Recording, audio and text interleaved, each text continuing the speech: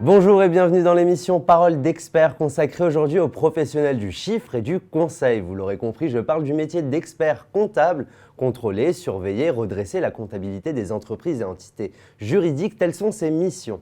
Un autre métier intimement lié est celui du commissaire aux comptes. Le commissaire aux comptes est un professionnel agréé de la comptabilité et qui exerce une mission auprès des sociétés anonymes et des sociétés en commandite par action. Le métier est réglementé et nécessite d'être inscrit sur la liste de l'ordre des commissaires aux comptes. Petit tour d'horizon en compagnie de la société Crowe et Ficorec qui nous font aujourd'hui l'honneur d'être présents sur le plateau de Parole d'expert. Mathieu Capionneau, bonjour. Bonjour. Alors vous êtes commissaire aux comptes, associé et expert comptable. Alors petite question avant de commencer l'émission, quelle différence peut-on faire entre l'expert comptable et le commissaire aux comptes ? Alors, ce sont deux métiers qui ont des ordres différents et des ministères de tutelle différentes. L'expert comptable dépend du ministère de l'économie et le commissaire aux comptes du ministère de la justice. Donc les deux fonctions sont différentes, complémentaires. L'expert comptable a une mission de conseil alors que le commissaire aux comptes a une mission d'émission d'une opinion. Donc les deux sont avec l'entreprise mais avec des buts complètement différents. Alors, quel état des lieux peut-on faire de ces deux métiers ? Y a-t-il eu un bouleversement de la profession grâce ou à cause de la réforme induite par la loi Finance et la loi Pacte ? Les deux métiers sont en pleine révolution, à la fois technologique, mais également en termes de normes. La loi Pacte, par exemple, engendre la perte de 150 000 mandats. Donc, le métier de commissaire aux comptes doit évoluer et suivre les demandes des nouveaux clients. Ces clients évoluent, le métier doit évoluer. En revanche, je pense sincèrement qu'on a toutes les qualités pour pouvoir les accompagner. La proximité, la position de tiers de confiance qui reste un enjeu pour l'expert comptable et le commissaire aux comptes, et la proximité avec les clients. Alors, on va continuer à parler des évolutions de ce métier et principalement de la digitalisation. Comment ces métiers s'inscrivent à l'ère du digital ?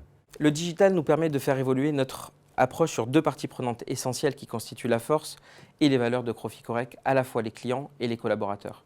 Les clients, avec le digital, nous pouvons redonner beaucoup plus de contenu de manière beaucoup plus rapide et facilitée. Pour les collaborateurs, le digital est un facilitateur, un accélérateur pour la mobilité et de créer des nouvelles conditions de travail.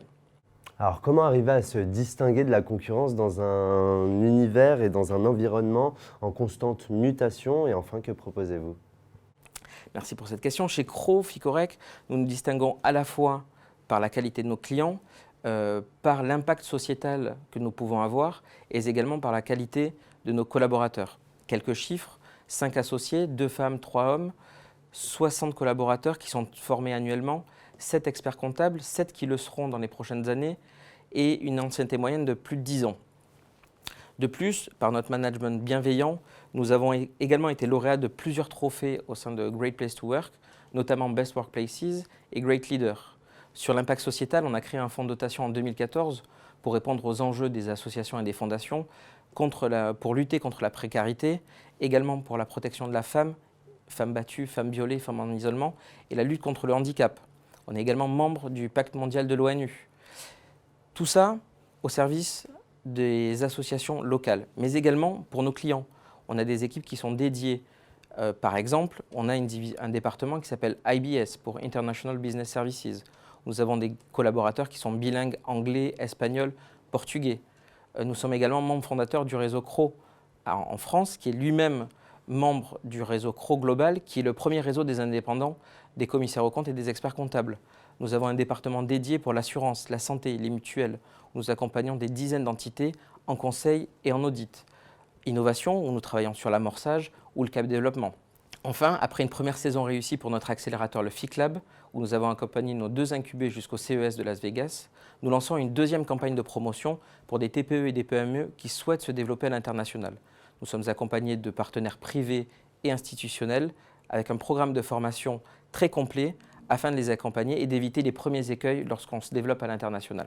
On peut dire que vous êtes un acteur important et qui, encore une fois, assoit et appuie sa crédibilité sur le marché. Enfin, on va terminer par parler du futur et de l'intelligence artificielle. Comment voyez-vous l'avenir ? L'intelligence artificielle, le machine learning seront évidemment au cœur de nos enjeux de demain. À titre d'exemple, à New York, une intelligence artificielle a effectué un travail colossal pour un cabinet d'avocats en quelques secondes seulement. Cependant, l'IA, l'intelligence artificielle, ne fera jamais disparaître le besoin client. Il le fait évoluer, c'est certain, mais il sera toujours là. Ainsi, nous allons toujours en faire plus avec les mêmes effectifs et nous devons dès maintenant accompagner nos collaborateurs dans cette transformation. Ces évolutions ne doivent cependant pas détruire une chose qui est essentielle pour nous, c'est la relation humaine. Nous sommes des hommes, des femmes, des entrepreneurs, des collaborateurs. L'intelligence artificielle sera un outil, un facilitateur, mais l'enjeu est de garder la relation avec nos clients. Et enfin, on va finir avec les projets pour l'avenir. Les projets.